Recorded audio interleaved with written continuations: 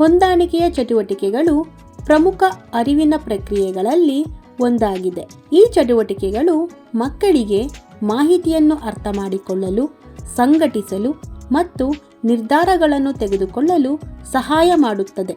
ಈ ಚಟುವಟಿಕೆಯು ಮಕ್ಕಳಿಗೆ ಸಮಸ್ಯೆಗಳನ್ನು ಪರಿಹರಿಸುವ ಕೌಶಲ್ಯಗಳನ್ನು ನಿರ್ಮಿಸಲು ಸಹಾಯ ಮಾಡುತ್ತದೆ.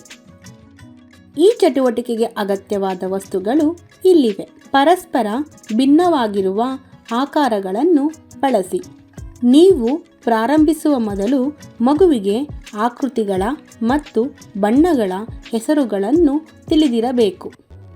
ಇಲ್ಲದಿದ್ದರೆ ಇದು ತುಂಬ ಕಷ್ಟವಾಗಬಹುದು. ಆಕಾರಗಳನ್ನು ನಿಮ್ಮ ಮುಂದೆ ಇರಿಸಿ.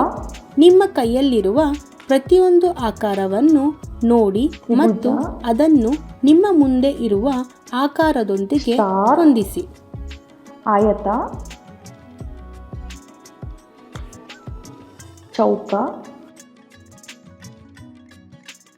ತ್ರಿಭುಜ, ಸ್ಟಾರ್.